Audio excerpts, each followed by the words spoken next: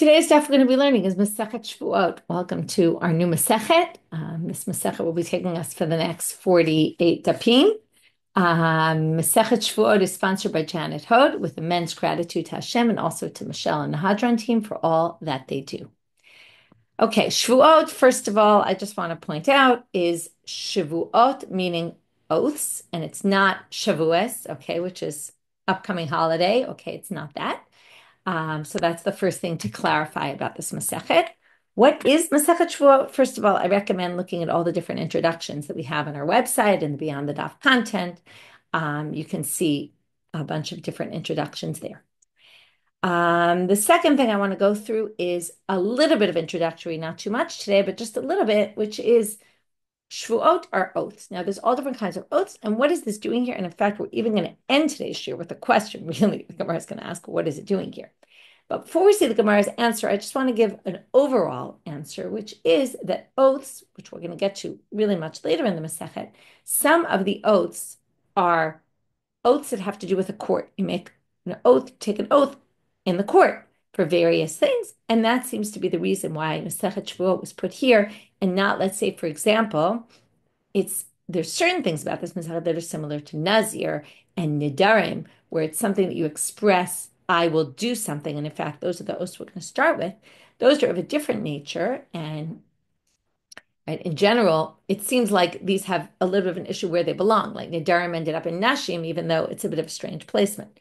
And likewise, Shevuot is ending up in Nizikin, even though it's a bit of a strange placement. So from here, you see oaths are a little bit kind of, they don't really fall in any particular category, and they just end up getting put in somewhere where there's some connection, as for example, like the Shevuot of Pikadon and all sort of other oaths that were taken in the court. Again, I don't want to spend too much time on introduction. That's why we have the Beyond the Daf content. But we're going to get started with our Mishnah. Now, what we have in this chapter, in the Gemara here particularly, is that the Gemara is going to first go through all the Mishnayot of the chapter, and which happens sometimes. It's just a matter of the organization of how they did it in the printed edition. I'm not sure exactly if why they decided to do it one way or another. There's probably some reasons for that. But we are going to learn through the whole first parak of Mishnah. And what we're going to see is that the first parak of Mishnah, and in fact, the second parak, really have very little to do with oaths. We're going to start with those and immediately get on a tangent. Okay? Actually, pull down for a second because we're going to read some psukim today. What we're going to start with in oaths is Shevuot. Okay, the Mishnah starts out with the Shevuot Shtayim Shem Arba. Mishnahs in general, like numbers, they're good mnemonic devices, and this you're going to understand based on mnemonic devices why we're going to go on to a few other topics here.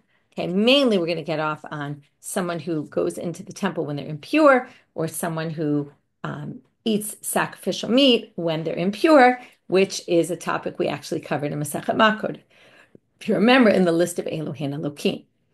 So the reason we're going to get there is because of the Shtayim Shem Arba. And we're going to start off with saying, Shevuot Shtayim Shem Arba. There's two oaths that are four.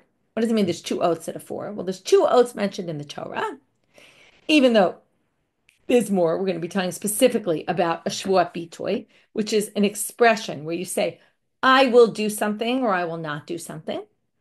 But there are really four cases, meaning the rabbis added on another two. They tacked down another two to the four. And from there, we're going to get to Yidiot Tuma, Shtayim Shein Arba, and Yitziot Shabbat, Shtayim Shein Arba, and Morot Negaim, Shtayim Shein Arba. So we're going to have four cases, unrelated things, that are all, what's similar about them is, and this is how the mnemonic devices work, all these four things have two prohibitions in the Torah, or two things in the Torah, and four by the rabbis, meaning another two were added. So let's go through. Shevuot Shtayim Shein Arba is the Shevuot Bitoy, as we said. And we're going to have a case here, a Shevuot Bitoy, the Rashi explains here. HaKatuv Vayikra, Parak Hey. Okay, so we're going to start in Vayikra chapter Hey, chapter 5. And we're going to talk about a few things are going to come up here. Also, the Yidiot Tuma comes up here. Okay, it starts off in chapter 5 with someone who does a sin unwittingly. Nevesh kitachta. Okay, you do a sin unwittingly. You heard testimony and you didn't testify. You'll be penalized if you don't tell the testimony. O nefesh asher tiga b'chol davar tameh. If you touch anything impure, o b'nivla chayat mea, o b'nivla behemat mea. Okay, you touch a dead animal, that's a non-kosher animal, or uh, um, or behemar chaya, o b'nivlat sheretz tameh, or a dead creepy crawler, v'ne'elam mimenu, and then you forget that you did it, v'hu tameh v'ashem, and you are tame and guilty. Now, you're not guilty for just becoming impure. So the Gemara assumes, or the Mishnah assumes, that what we're talking about here is that you actually went into the temple or you ate sacrificial meat when you were impure. Okay, and this next pasuk also says, you touch a person who's impure, and again, you forget, you didn't realize. So these are two psukim that talk about two situations that you did. That's going to be the Stein. And now we're going to move to the next pasuk, which is really where I wanted to start with, but I'm going in order of psukim, which is the Shevuot Bitoy. O nefesh ki vateh adam b'Shevuot. Sorry, I skipped the line. O nefesh ki tishavam in pasuk Dalet. Ki tishavah, if you take an oath, levateh b'sfatayim, to express with your mouth, with your lips, lehara o lehitiv. Here are the two. To do good or to do bad. What does it mean? Or to do bad or to do good? What it means is to not do something or to yes do something. It doesn't mean bad here and good. It means positive and negative, negative and positive. You're saying I won't do something or I will do something. Like take an oath, I'm not going to eat. Or you take an oath, I am going to eat. Okay? Okay, or any kind of expression. So again, you forget, and then, let's say you say, I'm not going to eat, and then you eat. Okay? Now, and then you're guilty. So these are two of the things that we're going to discuss from these psukim, which is, again, the yediot hatuma, which is all of a sudden, you forgot you were impure, and then you realize that you were impure, and you went into the temple, or you ate sacrificial meat, or you took an oath, forgot you took an oath, and then went against the oath. And then, before we get into the Mishnah, what the Shtayim Shem Arba is, I just want to tell you what you do. So if this happens, you bring a korban. What korban do you bring? It's called an olevi yored. It goes based on how wealthy you are. So if you're wealthy, then you bring a nikeva and atzon kispa usirat izim l'chata. You bring a lamb or a goat offering. And then that's how you atone. Im lo tagia yadodese. If you can't afford the animal, then you bring shnei torim or shnei b'nei yonah. You bring two bird offerings. Okay, two, either turtle doves or pigeons. Okay, one is a sin offering and one is a burnt offering. And then, if you can't do those, you bring imlota sigadol l'shnei torim l'shnei b'nei yonah. I'm skipping down to pasuk Yud Aleph. Heviet korbanos asher chata asirit haifas solet l'chata. And then you bring a sin offering of a mincha meal offering, and you don't know shemen, no levona. It's like the simplest offering. It doesn't even have oil in it. It doesn't have the frankincense. It's very basic. That's called the minchat chote. Okay, the mincha of a sinner. So that is what you bring for the following things. Okay, it's not so relevant right now for our purposes, but you should just know, we're going to get into korban olevi right at some point. Just know that that's what you do. So now let's go back. Shevuot Shtein Shein Arba. So there's two, which is if you will eat or you will not eat. You say, I will do something, I won't do something. You take an oath about it. The Arba that's all future. I will do, I won't do. The extra two are if I say I swear I didn't eat yesterday, or I swear I ate yesterday. So it's the same two, but in past tense. Yediot hatuma shtayin shein arba. So what's that? Yediot hatuma is, again, you didn't know, and then you went into the temple, or you didn't know, right now you were impure. We're going to learn today that it's you knew you were impure, then you forgot, you went into the temple, or you ate sacrificial meat. And then you find out later that you remember that you were impure, and then that's when you have to bring the sin offering. What's the od arba? Well, what if you knew you were, let's say you knew you were impure, but you forgot that you can't go into the temple when you're impure, or you forgot that you can't eat sacrificial meat, and then you did it, and then you remember, so you remember that you were impure. You just didn't remember that you can't go to the temple impure, or that you can't eat. So that's the additional two. Yitziyot Shabbat Shtein Shein Arba. What does this mean? Passing from the Reshut HaRabim, the Reshut Yachid to the Reshut HaRabim. You're not allowed to take out items from private domain to a public domain. Now, there's two ways you can do that. You can be standing in the private domain and you can take it out to the public domain, or you can be standing in the private domain, whereas in the public domain, the item is in the private domain. Okay, both cases in the Torah are taking from the private, taking outside. The object is in the private and it's going to move to the public, but you could be either standing inside the private domain and you go out to the public, or you could be standing in the public domain, put your hand into the private domain and take it out. You might remember this from the very beginning of Masechet Shabbat. The arba are the reverse. You take an item from the public domain and you bring it into the private domain. Okay, so even though that's not the case talked about in the Torah, it's also included. In other words, the rabbis say the same is true for that, which is, again, the two options. You're standing in the private domain, you put your arm into the public domain and pull the item into the private domain, or you're standing in the public domain and you bring it into the private domain. Mar'ot negaim shtayim shem arba. Okay, these are two types of leprous marks, which is Baheret, and I have to remember now, 1 second. Let me just see if I can see if Rashi is the one who says it. Right, Shmarot Negaim, Shnayim, Se'ed and Baheret. Okay, there's Se'ed and Baheret. Now the Gemara is going to get into what the difference between Se'ed and Baheret is, but those are the two. And Shein Arba, there's Toladot of each one. Okay, and that we're going to get into in the Gemara. Even Rashi says, oh, just wait till we get to the Gemara. So those are the four. Now, from here, we're going to go into the Yediyot HaTumah. Et sheyesh ba yediyah b'tchila v'yediyah b'sof v'helem b'intayim harei zeh ba'oleh v'yored. So in order to be chayav a Shevuot, let's say either for a Shevuot or for Tumah, if you knew about it, and then, in other words, we have to come up with that you did these things unwittingly. So what does that mean? You knew about it in the beginning. You forgot about it in the middle when you did whatever you did. You ate or you went into the temple when you were impure. And then, so it has to have yediyah b'tchila, yediyah b'sof, and then you find out that, oh, wait a minute, you have been impure, you remember, that's when you do it. That's ba'oleh b'yored. That's when you bring, as I mentioned, the sliding scale offering. Depends on how wealthy you are. But yesh ba yediyah b'tchila ve'en ba yediyah b'sof. Let's say you knew you were impure. Then you forgot. You went into the temple. And now you never really find out. So how are you going to atone for that? Now, there's this assumption here, which is very interesting assumption that we have to give you some way to atone for that. We can't leave you in sin forever. So for that, we have the Sa'ir and Asab Pnim Yom Kippurim Toleh Ad Shivada Lo V'Yavi Be'olav Yored. The whole time until you actually figure out. Okay, when you eventually figure out, you have to bring Korban Olev Yored, assuming you do. But we give you a way to atone, even though you don't know about it. We give you a way to atone in the interim. What is that? It's called Yom Kippur. And what is Yom Kippur meant for? Now we're going to learn that Yom Kippur is meant specifically for a person who goes into the temple and is impure, or ate sacrificial meat when they're impure, knew they were impure in the beginning, forgot about it in the interim, and now they haven't remembered yet.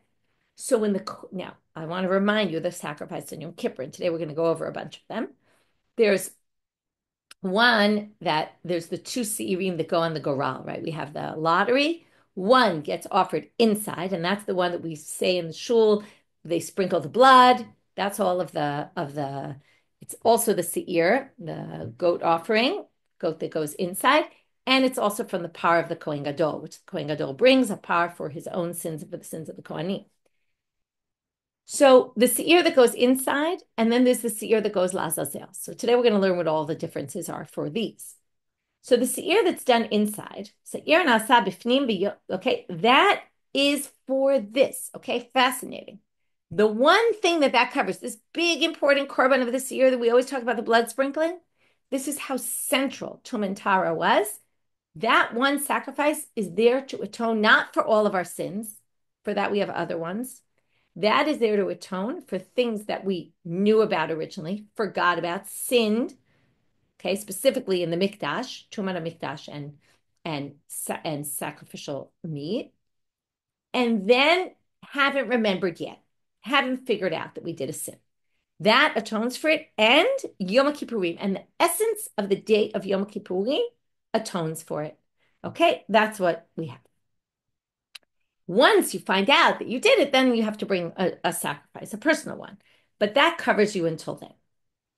Okay, we're going through all the possibilities. We have yesh b'yidia, you knew about it, and okay, and now I'm going to actually pull up there's a study guide for today. I'm going to pull it up right now so you can see. Okay, so we started with two sacrifices. We have the olav yored, covers, you knew about it in the beginning, you knew about it at the end, you just forgot about it in the middle.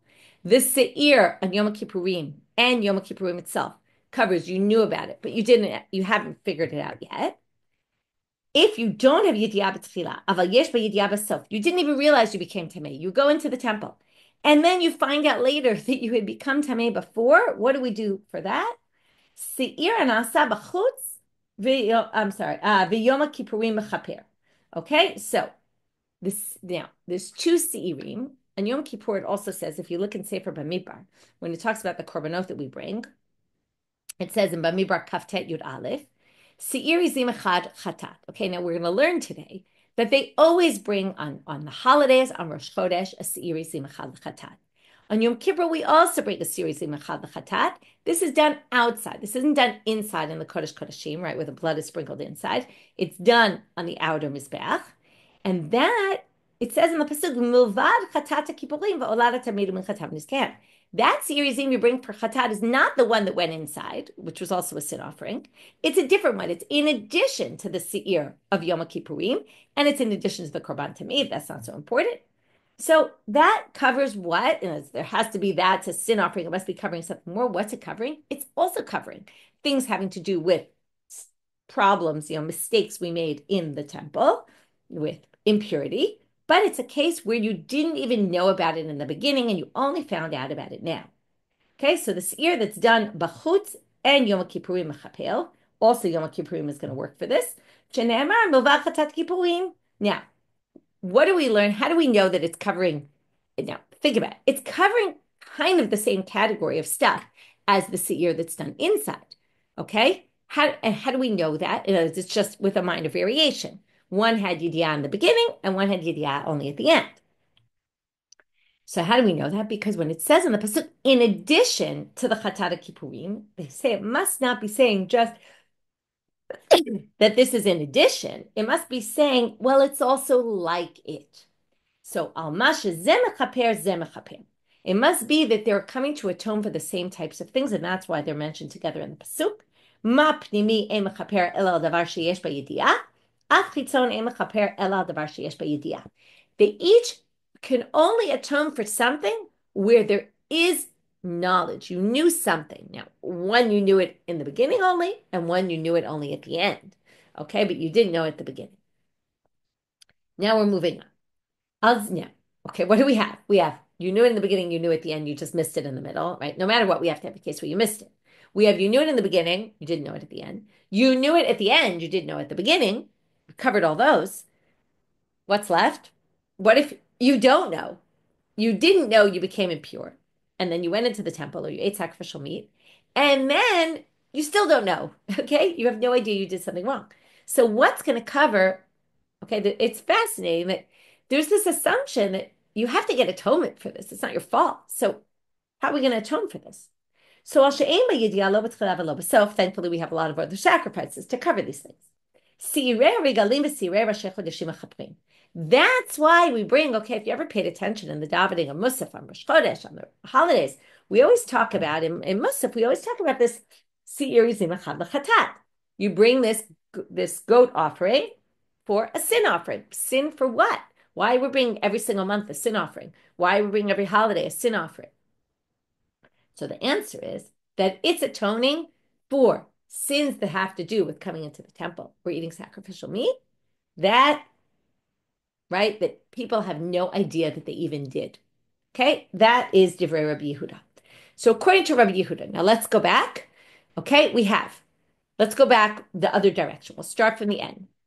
On Rosh Chodesh and the regalim, the seir izim, the chatat is for you had no idea of anything. Then the one that's chatat on Yom Kippur, that's in addition to the other one, the one that's done outside, just like all the other ones on the holidays, that one is where you didn't know in the beginning, you only found out later, when it was too late and it was already done. The one that goes inside on Yom Kippur, it's actually a little worse, that one, right? It's harsher what you did because you knew about it in the beginning and then forgot. In the first case, right? In the previous case we just discussed, you had no idea even you did it. You only find out later that you became impure. You certainly didn't go in with any intent at all. In the Shiur nasa b'fnim and Yom Kippurim, you kind of knew, but then you forgot.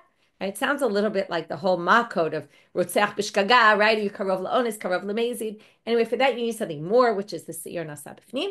And the Olav Yored is where you knew about it, and now you know about it also, and it's going to cover you. Okay? And that's a personal because you already know. The other ones are group, right? Communal ones. Okay, that's Rabbi Yehuda, but Rabbi Shimon is going to disagree. Rabbi Shimon Omer, and if you can already see from the chart, there's two versions of Rabbi Shimon, but we're going to start with the first one. Seirei regalim mechaprim, aval lo seirei Rosh Chodesh. Okay, the seir on the holidays are atone for this, for no yediah, not in the beginning, not in the end. Alma sirei Rosh Chodeshim mechaprim. Okay, moving now to Amud. So what is the seir for Rosh Chodeshim coming for? Ala ta'or sha'chala tatameh. Okay, so now he says Rosh Chodesh is something different. That's for someone. Okay, now until now we've been discussing a person who's impure. Now I'm going to talk about the person is pure, but they ate something that's impure. Okay, that's a different thing. It's similar, but it's different, and that's what we have the monthly one to atone for. Rabbi Meir. Now we get to Rabbi Meir's approach. I'm going to go down here because I put Rabbi Shimon both Girsot, even though we haven't seen it yet on the chart. First, Rabbi Meir says, Kol hasirim kaparatan shava, al tumat bikdash v'kodashav. Comes Rabbi Shimon and he says, all three of these, okay, not the seir that's done inside, in the Kodesh Kodashim, we sprinkle the blood inside on the parochet, not that one. But the seir chatat, seir zimachad chatat that we have, both on Yom Kippur, the outside one, also on the holidays, also Rosh Chodesh, all those are the same, and they actually cover all tum'at hakodesh u'mikdashav, right? Any kind of impurity in the temple and sanctified items. That, let's just go through the three options. You didn't have yediah at all, okay? Or you had yediah in the beginning, but not at the end. And tahor shachal tatameh, and a pure person who ate impurity. Okay, so there we cover all the bases, according to Rabbi Meir, by those three. In other words, not all the bases, because they'll still agree that the Olav Yored is when you knew in the beginning, knew at the end, and forgot in the middle. And the Seir, the Nasa B'fnim, is you knew in the beginning, you didn't know at the end. Again, those are the two more harsher ones, because you actually knew about it in the beginning. Whereas all the other categories, you had no idea in the beginning, maybe you know now, maybe you don't know now, or you ate something impure. Okay, those are all our possibilities. Now, Haya Rabbi Shimon Omer. Now, before we get to the second gears of Rabbi Shimon, we're going to go in depth a little bit into Rabbi Shimon and understand something a little better. Haya Rabbi Shimon Omer. Seirei Rosh Chodeshim mechaprim al tahor shachal tatameh. V'shel regalim mechaprim al she'en b'yediah lo b'tchila v'lo b'sof. V'shel Yom Kippurim mechaper al she'en b'yediah b'tchila אבל יש ידיעה בסוף. Okay, that's what we said. Rabbi Shimon said. We can review it again, but it's not really so necessary. But we'll review it because we just read it. Again, he's going in reverse order. On Rosh Chodesh, it covers someone who's pure, who ate impurity. The holidays covers you didn't know about in the beginning or the end. And the one on Yom Kippur that's outside covers you where you knew about in the end, you just didn't know about it in the beginning. Okay, there we have all the bases covered. But Amrulo, the rabbi said to him, we have a question on you. Okay, now we're going to go a little bit in depth into what you have to say. Ma shikrevu ze bazeh. He said, what if we take these three categories, they're all kind of similar, but a little different one from the other. What if somebody designated an animal, let's say for Yom Kippur, and then they lost the animal and they couldn't find it? Now they want to take that animal and they want to use it for the next holiday. Let's say it's Sukkot and they find it before Sukkot and now they want to use it for the Seir for the Sukkot. Can you do that? Because they're similar, but they're not exactly similar. So Amar Lahem Yikravu. He said, sure, you can, because it all relates to Tumat HaMikdash, right? And okay, but Amru Lo Ho'il be'en kabaratan shava he'akrivin zebezeh. They say to him, how could you do that? They're not the same, right? Each one is for something unique. So how could you say this animal that was designated for this unique halacha is now going to be used for a different one? Amar Lahem. He says it doesn't bother me because kulam ba'im lechaper al tumat mikdash v'kodashav. In the end, they're all three the same general category. It all has to do with purity and impurity relating to the temple and sacrificial items. Doesn't matter whether the animal whether the person was impure, whether the sacrificial meat was impure, whether they went into the temple when they were impure, right? It doesn't matter. It's all the same general category, and therefore we can view these all as one. Okay, that's the end of the discussion of Rabbi Shimon in the first gears. Now we're going to get to a different Rabbi Shimon, Rabbi Shimon ben Yehuda Omer Mishmo. It's a different Rabbi Shimon. It's Rabbi Shimon ben Yehuda, but he said in the name of the first Rabbi Shimon. Okay, he says, I have a different opinion about what Rabbi Shimon said. Okay, starts off the same. Okay, Rabbi Shimon Girsa 2 is the same as Rabbi Shimon for Girsa 1 in terms of Sirei Rashi Chodeshim. Tahor Shachalat Tatamei. Mosif Alehen Shel Regalim. Now we're going to say the regalim include that, but add on one more. It's going to work like this. Every holiday, every Rosh Chodesh, we bring a series in Mechatat. That covers X. Sirei Regalim are going to cover X plus Y. Seirim that we bring on Yom Kippurim, the Seir that we bring on Yom Kippurim, that's done outside, is going to cover X, Y, and Z. That's basically how it's going to go, and you're going to figure out very obviously what X, Y, and Z are. So the regalim, mechaprim, first all on X, shemechaprim al Torah shachalat tatamei, the same as the Rosh Chodesh. V'she'ein ba'yidiyah lo b'tchila v'lo b'self. And the cases where you had no idea in the first place, and you still have no idea. Mosip alehen shel Yom Kippurim, that's going to add another one. She'ein mechaprim al Torah shachalat tatamei, that's X. Al she'ein ba'yidiyah lo b'tchila v'lo b'self, you didn't know about it in the beginning or at the end, that's Y, that also the regalim covered. But it's going to add al she'ein ba'yidiyah b'tchila aval yesh ba'yidiyah b'self, where you didn't know about it in the beginning, but now you know about it. Okay. Amru lo, they said to him, and now according to this version, they asked the same question they asked before. Mahu sheyikrevu zeh b'zeh. Can you sacrifice one for the other? Amar lahen hein. So again, you designated one, and then it got lost. Can you use it for any of the others? So he said yes. Now here it works a little better because at least there's overlap, right? Whereas according to Girsa 1, each one was for a different purpose. Now, again, he said it was all the same general purpose, but each one was very different. This point, at least they overlap. But Amru lo, they said to him, but wait. Im ken yushal Yom Kippurim krevim b'Rosh Chodeshim. I get that Yom Kippur could be used for Rosh Chodesh because it was already designated to cover what Rosh Chodesh covers, which is Tahor Shachal Tatamei. Now, of course, it was including other things as well, but it was at least including the item that is used for Rosh Chodesh, right? The Torah Shachal Tatamei, right? A pure person who ate impurity.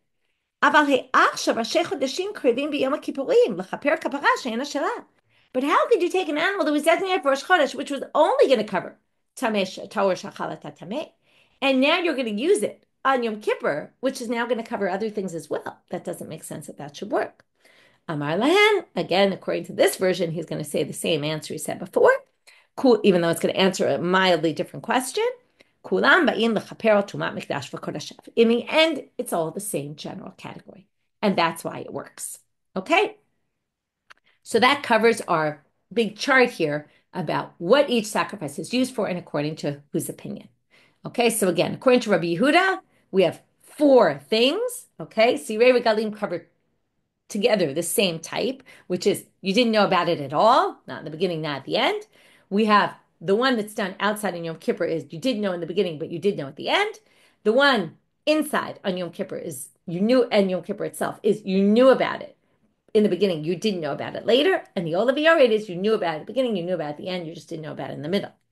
But Rabbi Meir says, no, the Seir is done outside, right?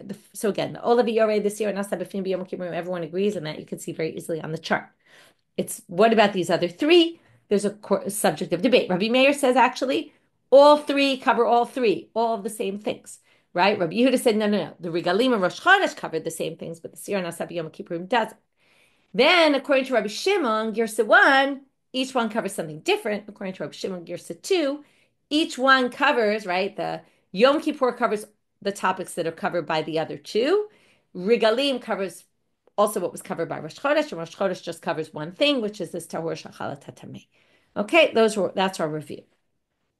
Now we get to Va'al Tumat Mikdash V'Kodeshav. Now, this was all about accidental mistakes, about going into this temple when you're impure.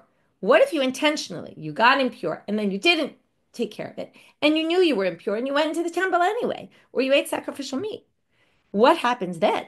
Ah, now we get to Sa'ir Hanasa Bifnim v'Yom Kippurim Mekaplim. So now they say also the one on Yom Kippur that's done inside, that atones also for intentional. So now they say Va'ashar Averot Torah. What about all other sins in the Torah? Okay, now this is very interesting, as I mentioned previously, because you would have thought the seir that goes LaHashem, right? You would have thought that's a sin offering, and it's brought inside, and that's like the holiest of the offerings because it's brought inside, as opposed to, let's say, the seir Azazel, which is sent off a cliff. Okay, that holy one is really only covering things that happen in the temple, mistakes in the temple, or even intentional sins in the temple. But shar averot shebetorah, all other sins, kalot v'chamurot, zonot v'shkagot, light, severe, right? Not so severe, severe, intentional, accidental, hoda v'lo hoda, whether you confess, didn't confess, aseh v'lo taseh, whether it's positive commandment, negative commandment, kretot, it has to do with karet, it's mitabetin, you're supposed to die by the hands of the court. What covers this? Seir mishtalech mechaper, the scapegoat that we call it, right? It atones for all sins. Okay, everything else. Echad Yisraelim, Echad Kohanim, Echad Kohen Mashuach. Okay, it covers regular Yisraelim, it covers Kohanim, it even covers the Kohen Gadol. Okay, so now, well, then Ma Ben Yisraelim, the Kohanim, the Kohen Mashuach. Wait a minute, but there was a special par sacrifice brought for the Kohen Gadol and for the Kohanim. If you remember, we do the vidois, right? There's 3 vidois. One, the confession, the Kohen Gadol, right? We say them all out loud in shul. One, the Kohen Gadol does on the Seir Mishtalech, and that's for everyone's sins, for the whole nation. Then he does one for the Kohanim, a vidoi, and one for himself and his family. And those are both done on the par. There's 2 vidois done, 2 confessions on the bull offering that's specific for the Kohen Gadol. So ma bein Yisraelim the Kohanim the Kohen Mashiach. So what is the difference then? If the Seir Mechaper covers everything, Ela shehapar mechaper ala Kohanim al tumat mikdash v'kodeshav. There's a special sacrifice just for the Kohanim and the Kohen Gadol for any mistakes made in the temple, which actually makes sense because they're in the temple all the time. So the Seir covers Jews in the temple for any kind of tumat mikdash and kodeshav. The par that the Kohen Gadol brings for himself and for the Kohanim is for their mistakes that they make with tumat mikdash v'kodeshav. Rabbi Shimon says, he disagrees. He says, "Kashem shedam ha'seir na'asa b'fnim mechaper al Yisrael, kach dam hapar mechaper al kohanim." He says the blood of the seir is atones for the people. Okay, now, and there's no confession. That's what I said. The seir that's done inside, there's no confession. There's 3 confessions. I'll just review. 1 for the seir that gets sent off the cliff, and 2 for the par. There's none for the seir. So comes Rabbi Shimon and he says, just like the blood of the seir that goes inside atones for the Jews, and there's no need for the confession, kach dam hapar mechaper al kohanim, that just the blood of the bull offering atones even without the confession. But kashem sheviduyo, so then what's the confession for? Kashem sheviduyo shel seir mishtalech mechaper Yisrael. Now we're comparing now the viduyim, the confessions. Just like the confession on seir mishtalech atones for the Jews for all their sins, kach viduyo shel par mechaper al kohanim. Now he says, so I'll say it outside first and then we'll see. But he's basically, or say it in a different way.